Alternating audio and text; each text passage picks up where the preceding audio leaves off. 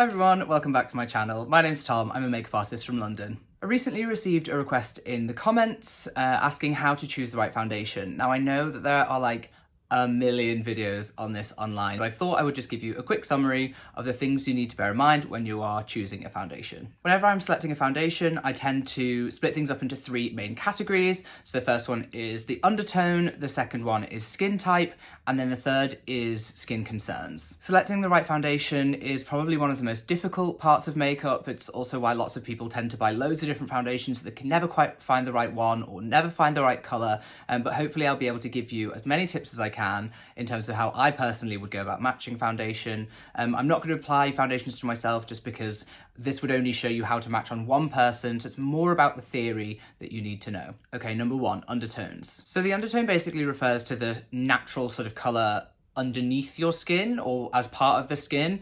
A person can have several different undertones on their face, which is what makes it really, really complicated. But knowing your undertone means that you can find the right shade of your foundation. People tend to fall into the categories of warm, cool, and neutral, and there are a few different ways that you can find out which one you belong to. People with a warm undertone will have a sort of peachy, golden, maybe yellow undertone to their skin. I find that people with that sort of skin tone tend to naturally favour things like gold and jewellery because it makes their skin tone pop a little better. If you've got a warm skin tone, you can actually look at your wrist and sort of see the colours of your veins, which I know sounds really strange, but if they look more on the greenish side, then you tend to have a warm undertone. If you have a cool undertone, your skin can tend to look a little bit more pink, and the veins on your arm will look a little bit more bluish. I always think that people who are attracted more to silver jewellery tend to have a cooler undertone. It just tends to fit in a little bit better with their skin tone. I don't know if I mentioned this as well, but people with warmer skin tones tend to be able to tan a little bit better, whereas people with cooler undertones tend to burn or go red in the sun. People with a neutral undertone fall somewhere in the middle, so they're not really super warm and yellow, and they're not super cool and pink, so there's more of a sort of balance there. If things were just as simple as that, it would be great because we could very easily just find our category. However, you may have different undertones on your face, or there may be other things that sort of add to the issue. So for example, I tend to be fairly neutral, but I pull yellow because I do have sort of like green veins, but I get very blue around the eyes, so I kind of have a bit of everything. I also get very red on my cheeks and have a few little breakouts, so when I'm choosing a foundation, I have to balance the fact that there's yellow, red, there's sort of blue, all of those things have to be balanced. It's probably why people find it so tricky to find the right foundation, and it's also why getting a makeup artist who knows exactly what they're doing is super important. Now, with all of that in mind, if you are just really struggling to properly identify your undertone, I think it's important to maybe go to a counter or go to a makeup artist and they can literally tell you. There's someone who will work with, you know, shade matching and finding the right foundation all the time. And if you're not super confident with what that person's telling you, ask around. Like, there will be lots of different people working on lots of different counters who will be able to help you. Some people do have trickier undertones to identify, and in that case it's just a good idea to play around with a few different shades. So when we come to testing our foundation, I tend to choose two different places where I'm going to look, on the face or on the neck. Now, if you're fairly even between your face and your neck in terms of skin tone, then you can try either, and then if you're not, you have to make a decision. Basically, what part of your body do you want to match the most? So if I match my neck to my face, my neck is much paler, then I will look quite drawn and a little bit sickly. So I tend to just match to my face in general. It's not such a huge discrepancy that it's going to be an issue. Some people would even prefer to sort of show the skin on their chest and maybe sort of find a match between these two places. The name of the game is to basically make the foundation that you choose invisible on the skin. You shouldn't be seeing it. You shouldn't be able to see a difference between your skin and the foundation once you've blended it in. If you're foundation matching in a department store, get the hell out of there and look in daylight. Take a little mirror, go and look at yourself in real daylight. Does it look the same color? Because often the lighting they use in a department store is very flattering to makeup because they want to make you buy something. But actually it's not really reflective of how the makeup will look in real life. Most places will give you a sample. Trying foundations at the moment is a little bit difficult because of the situation that we're in, but you will be able to be given little samples. Take it away, see what it looks like on your skin in different types of lighting, and then you can just assess whether or not it suits you. I know a lot of people maybe try and swatch things on their arms, but I mean, my arm is just not the same color as my face. I could try and tie in the shade of my arms to my face, but I would rather just have my face look uniform rather than me match my arms, which are covered most of the time. Okay, category number 2. Now we're talking about skin type. So there are people who are oily, people who are dry, people who are balanced, and people who are combo. You see how complicated this can get? If you're oily, you tend to get more shiny, you may be more acne prone, products might slip off the face a little bit more, so naturally you'll be looking for something that has a little bit better staying power. These products, however, do tend to be sort of thicker, heavier, and more full coverage because they're geared to people who really, really want it to stay put, and often the sort of acne prone people, and they really want more coverage. If you're dry, you want something hydrating, something rich, something creamy that's gonna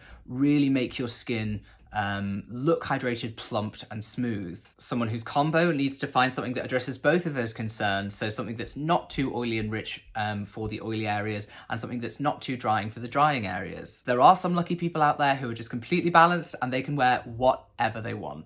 Lucky those guys. I'm super dry personally, so I can tend to get lots of flaky skin.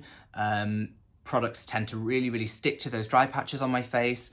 I do get shiny a little bit in the T-zone, but it's virtually nothing, and usually down to like shiny products that I've actively put on my skin. It is really important to know your skin type when you're buying a foundation because it will inform the finish of the foundation that you're wanting. Do you want it to be something that's long wearing? If you're oily, that's definitely going to be something that you want to find. Do you want something that's hydrating? If you're dry, that's what you're going to want to go for. And then the sort of third category that comes up is skin concerns. That's your extra complicating factor. So let's say you have rosacea, which is a lot of redness on the cheeks. Let's say you have acne, pimples, texture, maybe you have fine lines. All of these things are things that you might wish to address with your foundation. So not only do you have to find the right shade with the right undertone that suits your skin type, but also your skin concerns. If you have textured skin or you have acne, you might want to go for something that has a little bit more of a natural matte finish or even a full matte finish. Anything that's shiny or hydrating will tend to highlight the bumps or the texture on the skin. That is total preference, however, so if you have bumps on your skin but you want to go for something more dewy, then absolutely go for it. This is just sort of the general principles that most people go by. If you have redness in the skin, you might want to actually go for a foundation that has a little bit more yellow or green in, because that will help to balance out the redness. And if you have fine lines, you might not want to go with something that's very drying or very matte. You want something a little bit more dewy and plumping that will make the skin look a little bit more youthful and not settle into those lines. These are all super complicated factors that all work together and all mingle together to make your perfect foundation. And it may be that you have a particular favorite brand, but you may not find a foundation from that brand that suits your skin the best. There's a lot of trial and error in this, and that's why I do recommend getting samples, because you just need to see how the foundation reacts on your skin, if the color is right, if the undertone is right, whether or not it suits your actual concerns. It's really important that you find the one that's right for you and not just be tempted because someone's trying to push a foundation on you on a counter. Something that is a really helpful tool is an online shade matcher. So if you have one foundation from a company that you think is just the perfect colour for you, you can actually go online and enter that into a shade finder. You can just Google any number of these and it will give you options for other foundations in a similar shade. It does tend to also match the undertone of the foundation, which is super, super useful because it gives you ideas from other brands of what foundations you might want to try. You can then just look up that particular foundation from the new brand and see the finish and see if it's suitable for your skin type. Everyone has their own preferences on their foundation and what they want to use personally, but I thought I would give you a few examples of foundations for oily skin, for balanced or combo, and dry skin. And what I've done is I've gone with the most coverage, so like a high coverage, medium coverage, and low coverage in each, so that you can sort of get an idea of which you might want to try out. So if you have oily skin, and you want high coverage, I think Estee Lauder Double Wear is just a go-to. It's something that makeup artists have used for a really, really long time, and I know a lot of people who have stressful jobs and they can't be touching up. If you put that on, it is just done for the day. You do have to be careful because it is very thick and can look cakey, so be very careful with it. Something that's a little bit more medium coverage is the NARS Sheer Glow. Now, because it says glow in the name, you don't necessarily think it's suitable for oily skin, but what it is that the glow is sheer. So it's just a light bit of glow, but actually I find it to be more of a matte foundation. It's what I use on a lot of oily brides, for example, or on people who are going out for like an evening out. Something with a lighter coverage, we're going back to Estee Lauder, but we're going for Double Wear Light this time. So it's still that long wear, but with a much lighter formula. So it feels a little bit more fresh on the skin, you don't have as much coverage. Moving on to dry skin, I love Armani Luminasilk for dry skin. It does have a good whack of coverage, so you know you're getting a proper hit of foundation, and it just gives you that lovely luminous glow. For a more medium coverage, I'm pretty obsessed with the Suqqu The Cream Foundation. It's very, very expensive, but it's just hydrating and supple and makes the skin look plump. If you're only looking for a little bit of coverage, I'd recommend the Charlotte Tilbury Light Wonder. It's almost like a tinted moisturizer, but it again has that sort of dewy freshness that someone with dry skin really needs injecting into their face. And if you have balanced skin, you're super lucky because you can pretty much use whatever you like. But if you want a more full coverage, I'd recommend the NARS Radiant Longwear. It's got the longwear aspects, so it means it will stick around for a long time, but it is also radiant, so it helps give you that youthful glow.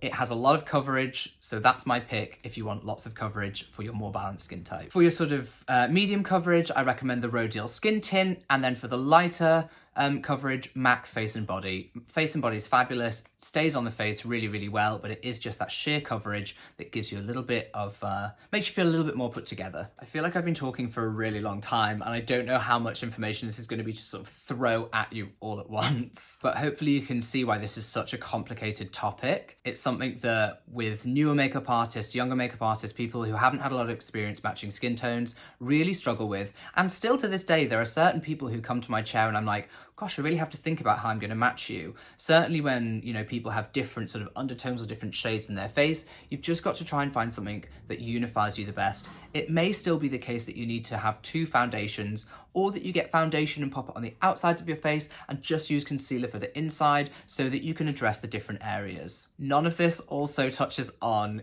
correcting, so like, you know, if you have darkness around your mouth or under your eyes. So yeah, it's a minefield, and I do understand why some of you are still really struggling to find the right foundation. Hopefully what I've told you and in combination with other stuff that you're finding online, you'll be able to find a foundation that does suit you, your skin type, your skin texture, your concerns and your undertone. I do wish you good luck. If you have any other questions, please feel free to pop them in the comments box. I'll try and get back to you as quickly as I can, and until next time, I will see you again. Bye guys.